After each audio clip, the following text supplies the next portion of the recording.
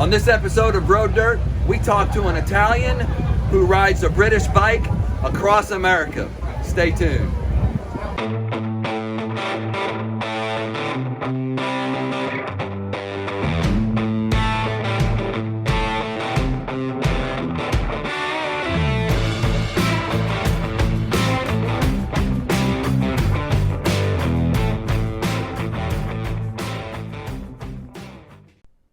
This Road Dirt presentation is brought to you by Law Tigers, motorcycle lawyers. Find them at lawtigers.com. Hey, this is Rob with Road Dirt, and we are with my friend Fabrizio Uberti-Bona. And he's actually down in Sarasota, Florida right now. And I've been wanting to get Fabrizio on an interview for really better part of the summer. And both of us have just had a crazy time. Fabrizio and I first connected via Gina D'Ambrosio of Triumph Motorcycles. She told me that Fabrizio has got a great story to tell, and we'll get into that in a minute. Not gonna give away too much right here. And she told me in an email, you guys really ought to meet. I think you'd hit it off, and we of course have. And I follow his social media pages, and the guy is living what we like to call the ride life. And Fabrizio, man, I'm glad you're joining us, my friend. Thank you for having me. Now, tell me a little bit about where you're from. You were actually born and raised in Italy, if I understand. Yeah. I'm born and raised. I left home 30 years ago, more or less. Oh, wow. I moved to Switzerland, France, England, Spain, traveled Europe, and then I came to the US in 1999. In 99. Yeah, and I flew to New York. Yeah. $300 in a dream, There you go. True story. I had $303 in my pocket. And nothing. Yeah. I made it happen. Lived in New York, in the city, and then most recently in Brooklyn for 20 years. Okay. And then we bought a house in the Gulf of Mexico, and we loved it. So we came down. Yeah. Man, you've lived all over. What made you want to settle in the U.S.? Just, I didn't think I was going to settle here. I lived in Switzerland for 2 years, in France for 2 years, in England for 2 years, in Spain for 2 years. And I just came to the US because I had an opportunity. This company sponsored me, so it was a big deal. I came to Manhattan, and then it just so happened that it just clicked, and I stayed. And 2 years became four became 8, and next thing you know, I have a career. I'm like, oh my God, this is great, And then New York, it's New York. Years became decades, man. And it worked very well for me. Very thankful. New York has been very good to me. We're thankful you're here, my friend. Yeah, absolutely. Thank now, how old were you when you did you start riding motorcycles before you came to the States, or just? Oh yeah. Tell me how long you've been riding bikes. I mean, my first moped, I was 14. Oh yeah. My first modified moped, I was 15, 16 years old. I had this little, it was a bicycle with an engine. It was like this little thing that would do like 50 miles an hour, 2 strokes. It's like a sounded wizard, like a chainsaw, And then my parents bought me a scooter when I was 16. And within a few months, I put every elaboration. This scooter was doing like 110. Oh, and then and then the first real motorcycle, I was 20 years old. I bought a Ducati Monster Dark. The very first I remember the dark model. Light on the front. Yeah, it was my first motorcycle. Beautiful bike. It didn't last long. I had a bad accident within a few months. Oh wow. It was bad. Spent a month and a half in the hospital. But I remember that after a year and a half or so that I could, function properly, I I bought another one. I bought a Honda Hornet, the 919, four Yeah, cylinder. I remember that bike. Yeah. Yeah, the Hornet was the old CBR engine, and that thing moved, four cylinders. Oh. And then when I came to New York, I remember my first real motorcycle was a Triumph Speed Triple 1050. Oh wow, yeah. That thing, it's a wheelie machine. Big huge canisters underneath the underneath tucked in underneath the tail. So I'll tell you. Well, I modified it. I put the Aero 3-in-1 under the seat, But that was a real hooligan's bike, and I remember looking at it, and I said, how can I make this bike? Because it's not a pretty bike. It's like this ugly looking, it's like a hooligan's bike. And it's so got the big headlights up on these big round headlight eyeballs on the front of it. Yeah. And so I put clip-ons on it so I could go to the track. Yeah. And I have pictures with me with this 1050 with the clip-ons just ripping into the racetrack. Then work was really good to me, and I said, I want to buy like a real Ducati, like I want to buy like a real motorcycle. So I remember going to the store, and I remember looking at the red Ducatis, and I'm like, I'm not there yet. I need the red Ducati will come when I really made it, So let's get the white 848, So I ended up getting that. That's a real motorcycle, by the way. Oh yeah, tracked it. That's a beast. I would go to the track like once or twice a month with the 848. The following year, work now was taking off, and I said, now it's time for the red Ducati. So I traded the 848 for the 1098. Oh man! And then what didn't I do to the bike? I modified everything. That bike sounded like an angry helicopter. It was so powerful. And I would go to the track literally at least twice a month. So I made so many friends at the racetrack because I was the guy without a trailer. So I would ride my motorcycle from the city all the way down to Millville, which is 130 miles from Manhattan, with the racetrack. And I will ride with my leathers on and a big chair strapped on my chest, And so people will see this guy on the highway, going through the track, and I would make literally living on the bike.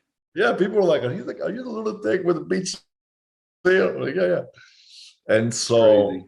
Yeah, I loved it. And it was really good. It was a fun bike. And then after that, I loved the So the 1098 was slowly but surely becoming more and more a track bike.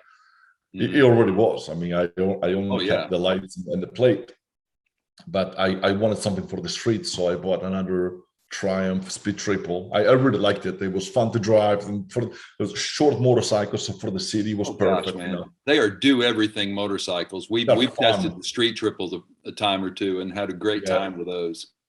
They're just short. That's the only thing, because I'm tall, so it wasn't appropriate until now. Throughout the years and throughout, and buying motorcycles, I started to become friends with the guys at the dealership, and the gentleman that is now the general manager at Ducati said, "Why don't you try the Diavolo?" I'm like, "What the hell is the Diavolo?" So I look at this thing. I'm like, this is like a Harley want to be like, what is this shape that Ducati came up with? And the moment I sat on it, I'm like, oh, this is comfortable. And so I said, take it for a spin. This is a demo bike. I went around the block and I was like, this is powerful. That thing had like 160 horses. So I ended up having 4, one after the other. So every other year I would get the new model, Mm-hmm. So I've had all of them. I had the X, excuse me, the Diavolo, the first one. I had the second generation. I had the X, and then I had the 1260S. The 1260S was my most favorite. The thing was a beast. I put everything on it, every aftermarket part. It was completely covered in carbon. It was gorgeous.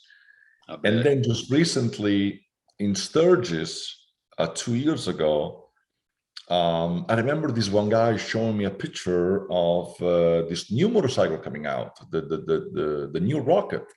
I'm like, oh, I love Triumph. So let me look at this Oh picture. yeah. Look at this picture. I'm like, wow, that looks like a bigger Speed Triple right away because of the two headlights. Yeah, yeah, yeah. That's what it looked like to me. I'm It's like, like ah, a whatever. road. It's like a speed triple on steroids. Oh my, he has a 240. No, he has a 240 on the back. I Yeah. mean, that thing is it's twice the more than twice the engine. But again, I was super happy with my Diavol because I will take it to the track and the thing will corner and handle like I mean, and so much power. But then all of a sudden, I went to test ride the 3R, the Rocket. Rocket 3R. I was like, dude, this thing is torque. Mm-hmm. And I looked at the specs. I'm like, yeah, you had twice the engine at twice the torque of the Diavol. So I said, I was a little upset that Ducati didn't come through with the V4 on the new Diavol. Mm-hmm. You know how they put it on the multi, and I Right. was hoping that they would put it on because the Diavol would have made the most logical sense because it's a big motorcycle, it needs a big, but it didn't do it, and so I wanted a new bike, and I said, that Rocket is it's looking it's looking better and better.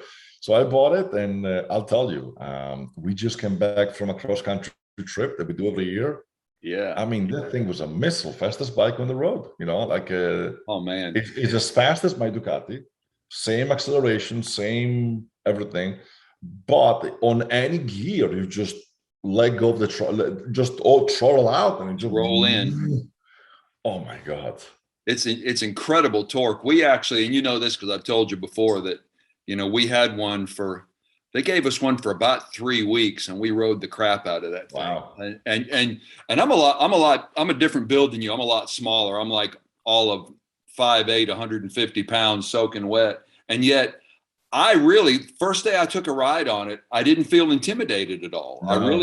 It's got a little bit of a forward reach for me on the handlebars. But other than that, it fit me really well. And man, we live pretty curvy country roads up here where we are. We got a lot of twisties and sweepers and stuff like that. So I found myself even within just a short amount of time diving that thing all over the place and running it up and down through the gears. It's really confidence inspiring, not only if you're a larger rider on this, it's like the world's largest production motorcycle engine. And yet it's not nearly as intimidating as a lot of folks my size or myself would think it would be. Because the weight of the motorcycle is at the bottom. Yeah, it's all down and so low. You don't feel when you're standing up at the traffic light, you don't feel the weight on the motorcycle. Because the weight of the motorcycle is below it on your feet basically. Because the engine block is at the bottom.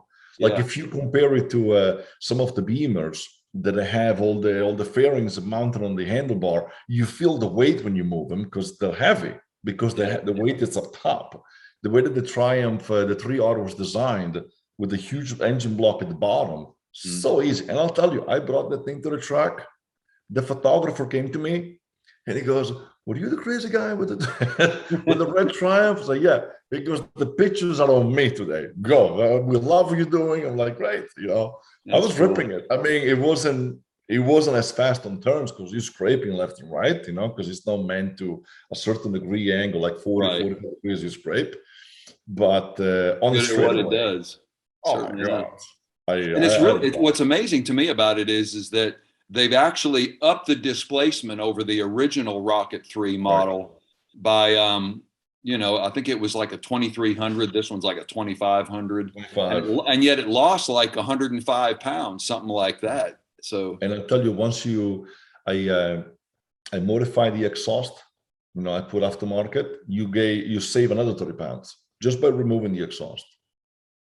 Because the stock exhaust, it's heavy and bulky. The cat alone is the size of a soccer ball. It's huge. Oh yeah, big, huge catalytic converter in it. Yeah, and when I removed that, I put a 3-in-1 Compworks. Sounds awesome, and it's no need for tune, and just go. So it just you didn't need to remap it or anything. No, it doesn't need to. It just were they slip-ons or all the way from the head? It's just a slip-on. Yeah. So it just adjusts internally. The ECU just just adjusted That's itself. what I was told, because I said right away, I said, we're going to have to tune this thing, because imagine all the torque and the power. Right. And because now he self-adjusts. I'm like, great. There you go, Great. man. Yeah. That's pretty cool. Now you made just an epic road trip on that bike this summer. That's the thing. When Gina was emailing with me from Triumph, she said, you're going to enjoy hearing his story of this road trip he did this summer on a Rocket 3. And I'm thinking, we had that thing. I'm going, I'd blast all day on it. I don't know that I'd want to do a road trip on it. There's nowhere to hang luggage or baggage, but you did. So tell me about this road trip on the Rocket 3, man. So two things. We do this trip every year, right? It's actually a benefit, isn't it? Isn't it a benefit ride? Yeah, basically it's a motorcycle ride, the 2 Sturgis, right? Okay. And this year we also rode with Bikers Against Bullies, BAB. Yeah. And it's a motorcycle charity organization. They raise money for kids. Mm-hmm. And so you need to raise $1,000 just to ride with them. And then once you qualify for the ride, every night it's an auction and you donate and you buy stuff, and it's pretty cool. I have some stuff, some pieces at home now that are from the auctions, beautiful memories. Yeah. So the year before, 2 years ago, my Ducati, we didn't join him. I said, let's do our own trip. And I spent, Rob, 20, 30 hours online on Google Maps figuring out, because I said, I don't want to use the highway. I want to do, not even interstate. I want to do side roads. I want this to take 8 days. Right. And I want to go through the Ozarks and I want to do back roads. Really see America. Yeah. Yeah, bro. We left at the gas station up the block. Took us 8 days from the Gulf, from the Bay Area here in Sarasota. We went up to the Jack Daniel's distillery. We went to Nashville. We did the Ozarks, but the Ozarks was 3.5 hours. It was a roller coaster, that thing. Yeah. We did Arkansas, Oklahoma, all side roads. People were barbecuing on the side, on the road, We went to, you name it, New Mexico. We spent 3 days in Colorado when we crossed, went all the way to Pikes Peak. We did $1 Million Highway. The only highway we did was $1 Million Highway, because it was something that we wanted to see. Yeah, you got to do that. It was amazing. And this year, we said, why don't we join the Bikers Against Bullies so we can do the charity ride? Awesome. And it was starting from San Fran. So we shipped. Many of us had trailers. Many of them had trailers. I didn't have a trailer, so I shipped the motorcycle to San Francisco. Mm-hmm. We flew there a few days before just to enjoy, San Fran and go to the vineyards and, drink some wine. Yeah. But we left San Francisco on, I think it was August 31st. And then we went up, Washington and Oregon, right on the water, gorgeous. And then we crossed in Montana, went all the way up to the peak, at the Glacier's Peak. We did 20 or 30 national parks. It was amazing. It was amazing. But then again, the whole crew was like almost 70 bikes. When we were in Montana, they would keep going and crossing over Wyoming to go to South Dakota. Right. Head over. And I said, guys, not for nothing. We've done Sturgis a number of times already. And Sturgis is awesome, but it gets repetitive because you only have those 5 or 6 rides. Yeah. And I'm like, guys, not for nothing. We're in Montana. Yellowstone is literally 2 hours south. Why don't we go there? And so 5 of us decided to hit south.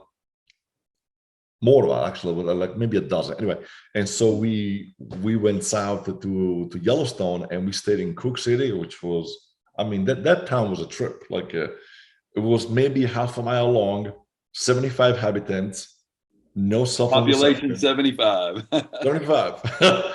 And it was just amazing. The most amazing food. People were super nice. You have no cell phone, so you're no social. You're not planted on your phone anymore. You're just got to interact with riding around Yellowstone, and the bisons and the buffaloes are sick. We went to see the geysers and the whole onions, and then we went down to Salt Lake City. And then from there, we met our hauler that shipped the bikes back to Florida, and we flew back home. And it was amazing. The whole ride was maybe 3,000, maybe 3,500 miles, That's easy, great. like 10 days. Yeah, every day was like 300-400 miles. But it was awesome. Like we stayed in places where the whole, like many of the towns where we stayed, the town was a motel, a gas station, and a convenience store. It was like, there was the town in a Indian reservoir, you know, sick. And in the whole trip, all of us combined raised 171,000 for the kids. It's all the money. Wow, that's fantastic. Yeah. And that's the whole group, not just your group. group, but the ones that went on the Sturgis. The whole ride raised $171,000. It's all the money. That's amazing. Yeah. And a great cause. You saw them. You're riding across America. Yeah. And then it's bonding because you're riding every day, 6-7 hours, you know, you stop in places that you would never go back because you don't even know where you are, you know. Right. And it's awesome, you know. Definite dream trip for sure. Now because you've had so much seat time, long distance seat time in the Rocket 3, you know, all over America out there. What's your assessment of the bike after you've had it some months and quite a few miles now? So number one, I have been riding naked bikes forever. Besides the truck bikes that have some sort of a fairing, none of my bikes have a windshield or anything. So I really don't mind riding without anything in front of me. But my buddies are like, "Oh, you're nuts because it's tiring, your neck." I'm like, I don't mind. I don't. You're used to it, yeah. So I'm totally. So to me, the comfort is fine. I have the 3R version of the bike. Because there is a GT and an R version. Yeah, we had the R version, yeah. Yeah, the GT, I understand that has a more relaxed handlebar and also has the front forward pegs. I'm 6'3", 6'4", and I wish I had the front forward pegs on the Rocket. Just because after a while, just like with the Diavol before, I'd be like, oh, I need to stretch my legs. Like this is, it gets uncomfortable, you know? Yeah. The sitting position is great. For my size, it's perfect. I don't have anything bad to say because again, not for nothing, but everybody else riding a Harley, every day there was a problem. Every day somebody was leaking oil or clutches, you name it. I was like, my bike is great, you know. So now, as far as luggage and gear you were carrying, of course, you know, you've got to carry, you know. Did you have like a backpack? That's what you have some rig on the back of it, a tail bag? What did you do for luggage? So I looked into buying the side bags that Triumph provides. Yeah. They're not good for what I wanted to do. They're good if you want to put a little jacket in it. Okay. And they're good if you want to have a sweater on your bag. Yeah.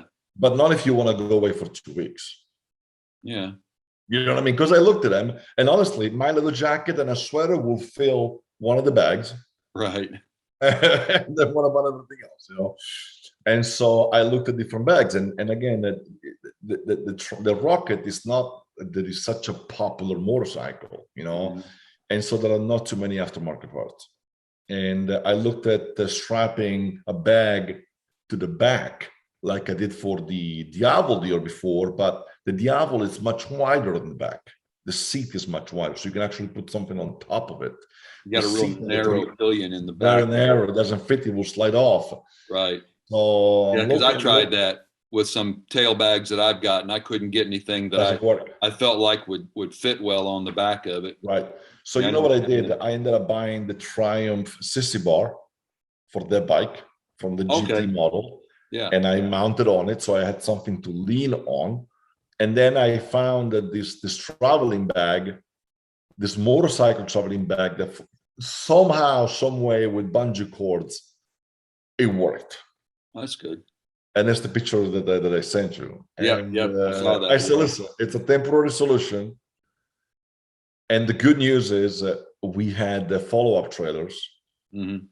And so I made friends with the guys. I said, guys, do you mind if I leave my bag inside? Hey, when you got a chase vehicle, yeah, that answers a lot of questions. So, well, listen, we had a chase vehicle for 6 of the 9 days, because then we split. Remember, you guys went and did your own thing, right? We did our own thing. But now for next year, which we definitely want to do our own thing. And I'm going to give, I already start speaking with the guys at Bikers Against Bullies.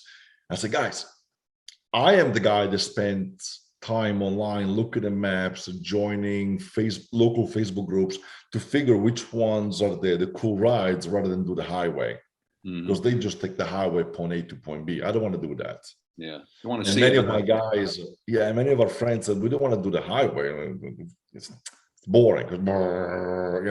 We want to do side roads. So I emailed the founder and say, hey, do you mind if I send you some maps? Because I know that next year, the Bikers Against Bullies ride will leave from Nashville. And Nashville was an hour route when we went to Sturgis 2 years ago. And from there, we went to the Ozarks. And bro, it was unbelievable. I mean, that Ozarks ride is still, I would say, my number one, number two in my life. It's really an underrated part of the country. I've gotten to ride a little bit through it, and it's absolutely no traffic. There's no traffic because nobody goes there. Nobody goes there, man. You know what I mean? Beautiful riding up there. It's ripping it, bro. And it's safe also because there's small little roads, but you have grass and fields on the sides. Not like when we went to Pikes Peak, and I was like, I'm gonna rip it. And then after a mile, you're like, dude, there's no guardrails here. If you miss a turn, you go back down to Denver. Exactly. But no. So that part is pretty cool. So I'm looking forward to next year. And for the baggage for next year, I don't know. You've got some time. You got some time to look up some options, some modifications. But definitely the Rocket 3 made a great touring machine for you. That's awesome. You've done a little bit of everything with it for sure. The engine ran smooth. It didn't matter if we were at 10,000 feet or by the ocean. The engine was perfect. It's great. Stayed, I loved it. It's a rock solid, incredibly powerful, but very manageable machine. Very easy to ride. Again, I feel like it's just as listen, the Ducati Diavolo is not a race bike, but it's very agile.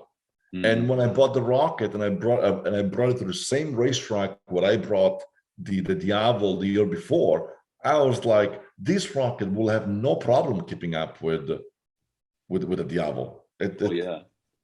Amazing. Incredible. Yeah, amazing.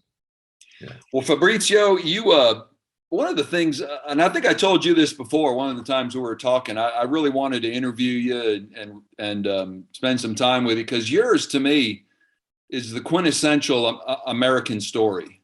I mean, an immigrant comes to the United States, stays, builds a great life, travels across America, meets people everywhere he goes. You're living, as they say, you're living the American dream. And it's just a great ride life story. And man, I appreciate you taking a few minutes to, thank you. Share some of your life with us. Now, how can folks get in touch with you if they want to follow your road trips and your track days and things like that? Social, Facebook, Instagram. Fabrizio Uberti-Bona. Just look him up, and you need to follow Fabrizio, because the guy is always putting cool stuff up, about his rides and his life, and just living the dream, literally. I'll tell you, we're so excited for these cross-country trips that we're already looking at the next one. I have a buddy friend of mine that has been coming, joining the ride with me for the last few years. He's already buying a motorcycle now for the next trip, because he goes, I'm going to buy a motorcycle just for the trip, because he loves it. That's great. That's fun. Actually, you should come next year. I'm good. It's funny. I was thinking, man, I got to come with you. Next year, I'm going to have to see if I can figure out a way to join you and the crew and make that trip with you guys. Well, these trips, I don't know how to say this right. These trips, number one, they're amazing memories.